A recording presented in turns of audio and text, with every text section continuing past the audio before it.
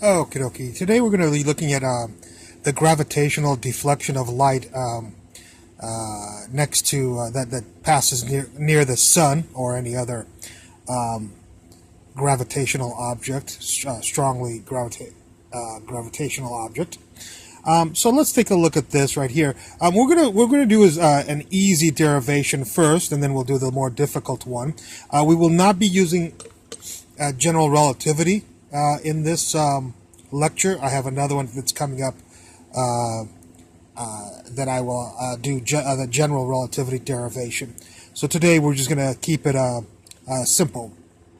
So let's take a look at our experiment. Our experiment is that light is going to come in, and it's going to come here near the sun, and because of gravitational because light has an effective mass, according to Einstein, E equals mc squared.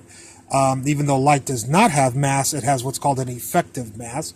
It has energy, so therefore it has an effective mass.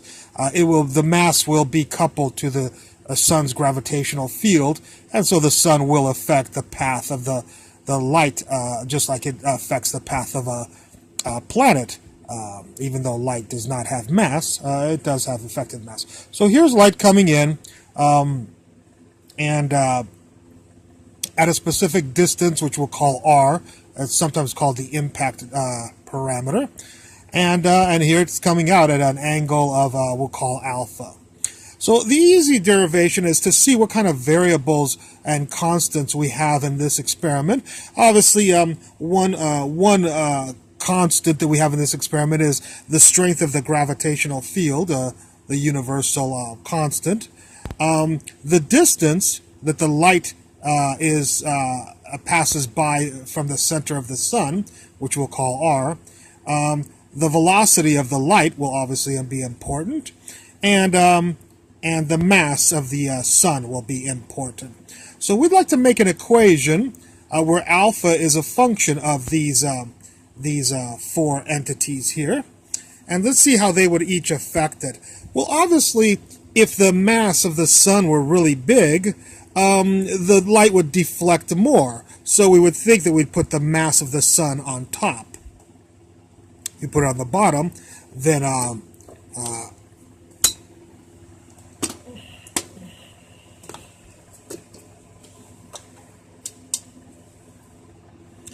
if you put it on the bottom, then of course, as the mass increases, the angle would get smaller, which would not make sense. How about the distance that the light grazes the sun at? How about the distance? Well, obviously, if the distance was big, the light wouldn't deflect as much, because it wouldn't be the particle of light would not be affected as much by if it was far away and a weaker gravitational field. So you would think that r, if it is small, it causes alpha to be big. So if you want this to be big, when r is small, you don't put r on the top, you put r on the bottom. Let's go next to the gravitational constant. That'll be an easy thing. And that is that, of course, if the gravitational constant were big or very attractive, then obviously the alpha would get bigger, not smaller. So obviously we need to put g on top, so that when g is big, the gravitational constant of the universe, gravity has a strong interaction, then alpha will be big. So we will not put g on the bottom, we'll put g on top, because if g is big, alpha will be big. If the mass of the sun is big, the deflection will be big. And if r is big, the deflection will be small, but if r is small, the deflection will be big. Lastly, we have the speed of light, and we'd think that if the thing was moving, the faster it's moving, the smaller alpha would be. So the speed of light should be on the bottom, because if light was moving, or any particle is moving slowly, it would tend to fall towards the sun, But as it's moving faster and faster, you would think that the particle would skip right by the sun, barely being affected. So definitely the speed of light should be on the bottom. Your question might be, how do we know that it's squared? Why aren't these other quantities squared over here? Well, first of all, these other quantities it has to do with dimensional analysis. So we need these quantities to dimensionally make sense. And so if we look at the dimensions of g of mass in kilograms, g is in newtons per meters. Newton meters squared divided by kilograms squared is g. And this mass is in kilograms. R is, of course, is in meters. And so the only way this would work out to be alpha is in rads, so this will be dimensionless. These quantities is to have c squared, not c cubed and not c to the 1, not c to the 17. It would have to be c squared. Then this would be a dimensionless quantity, which could then be rads, which is also dimensionless. All right. So this is our proposed equation for this interaction. We would like to, we'd say alpha is proportional to this because maybe there's a 7 in front of you, or a 13, or a 5/8, or some sort of constant. So at that point, we would have to go out into reality and try to measure the bending of light. And then, of course, that was done in 1919 and has been done ever since then with other quantities. If we go out and measure and plug in this and measure that, we know the deflection, we know g, we know the mass of the sun, we know the speed of light, and we know that we can measure the distance r that the light grazes at. So since we know all of these quantities, we can figure out what constant belongs here by simply taking the deflection that we know. We can observe, astronomically. We know G, we know M, R, and C, and so we can figure out this constant in front of here, and the constant turns out to be 4. Okay? So that's our easy derivation of this experiment here. Let's see a little bit more laborious explanation. All right? The first thing we'll do is we'll define that the sun will, of course, have a gravitational force on the light. That's what will make it bend this way. So we'll label this vector right here F. Then this vector right here we will label F transverse. And then this angle right here, just like it's labeled here, is theta. This angle right here will be theta. Of course, this angle is 90 to here, and here we won't worry about that. Well, it's 90 minus theta. But this angle is theta right here. The other thing we want to do is define the momentum, because there'll be a momentum change here. And we'll call this the total momentum, this the transverse momentum, and just like this is theta, of course this will be theta, because momentum and force have the exact same angle triangles that represent them. I will just mention really quickly that the momentum of light will be the effective mass of light times the speed of light. And of course, this will be called the transverse momentum, just like this is called the transverse force. In other words, transverse means it's perpendicular to the path of the photon that it's supposed to take, which is this way. All right, so those two things are being affected right here when the photon is at its closest approach here. Okie dokie. One thing we can say, we can discuss is, we'll label this right here as D. We'll label this R, the impact parameter, which I labeled this as R. So this is R, and we'll call this theta. And so this distance right here, if this is R and this is theta, then this distance right here, D, which we'll call D, is equal to R divided by cosine of theta. And this distance right here, which we'll call S, is equal to R tangent theta. So given theta and R, you can write these two trig relationships here. Okie dokie. Let's take a look at the force, total force on the light. And that's G, mass of the sun, mass of the light, effective mass of the light, divided by the distance squared. We want the transverse force, so we want this person right here. And of course, if you have the force, then the transverse force is the force times the cosine of theta. Okay? What we'll do next is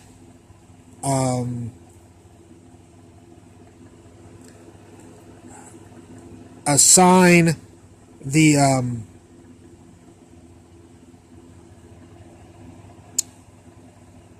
we will multiply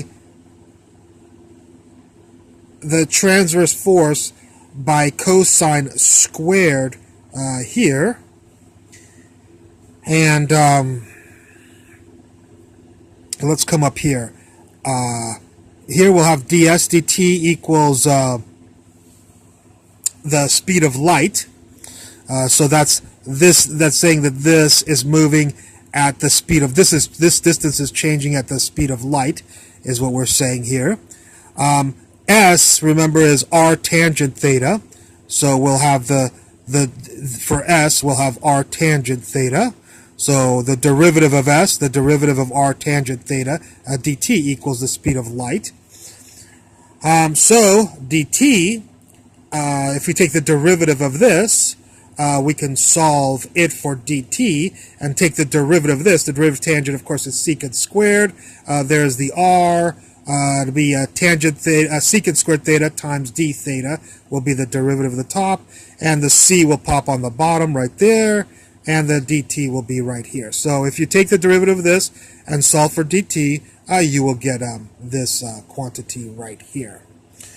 Okie dokie, let's take a look at the momentum, the differential momentum transfer. And the momentum transfer is the force transfer times dt. The differential momentum transfer momentum equals the transfer force times dt. And of course the transfer momentum will equal the integral of this quantity. So do we know what the transfer force is? Yes, it's this right here. So we will take this right here and plug it in for force transfer, and there it is right there with the cosine cubed. I just wrote CO for cosine cubed. Do you know what dt is? Yeah, dt is these people right here, which we just derived before. So there's the r. Secant squared on top is cosine squared on the bottom.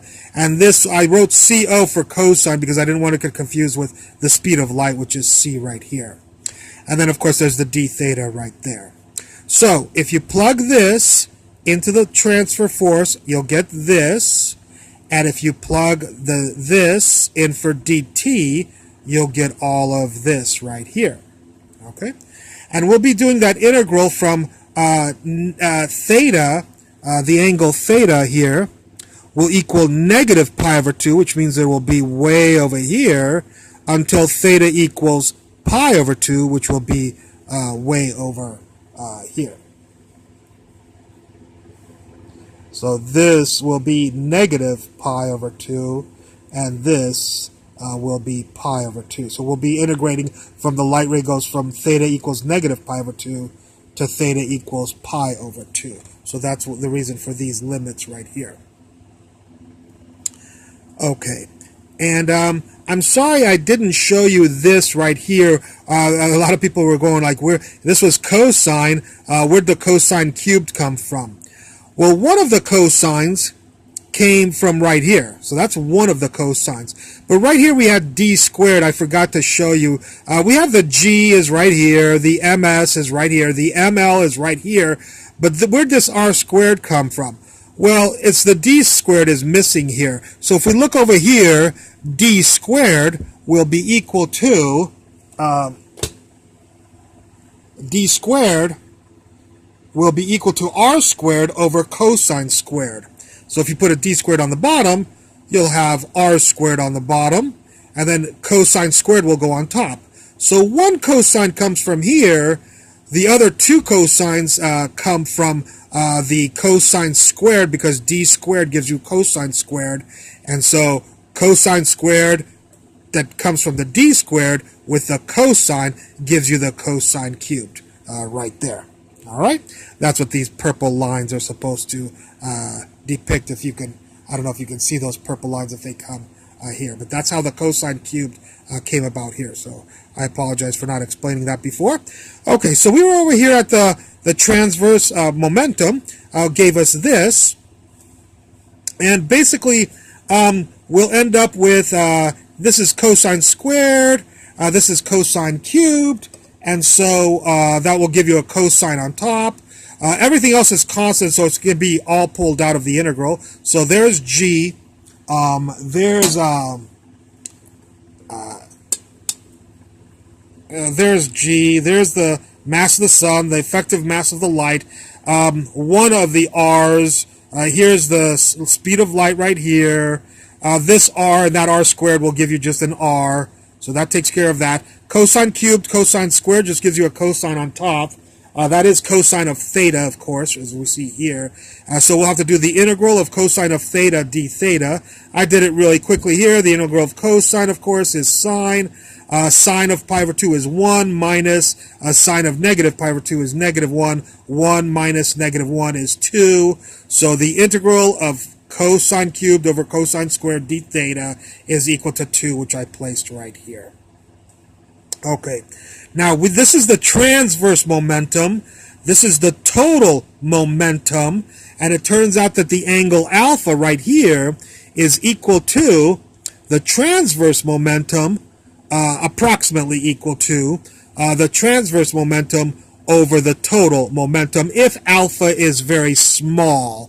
If alpha is very small, then the transverse over the total, of course, is the sine of alpha, and if alpha is very small, the sine of alpha is equal to alpha, and the deflection of light, we're going to assume, is very small. So alpha, if alpha is very small, is the transverse momentum over the total momentum.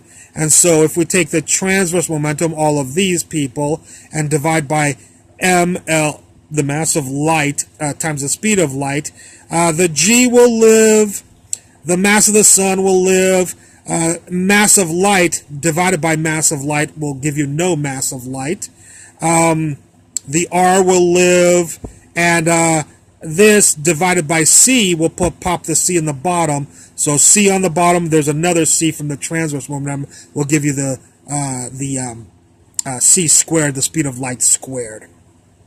Okay, so if you take these people and divide by the effective mass of light times the speed of light for the total momentum, you'll get alpha is equal to 2g mass of sun radius, the impact parameter, the distance from the sun to the light beam that's coming this way, divided by the speed of light squared, and that will be in rads. Okay, notice that answer does not jive with this answer, so we wonder which is correct, and the one that is correct is this one, because we did this experimentally. We found out that this was 4.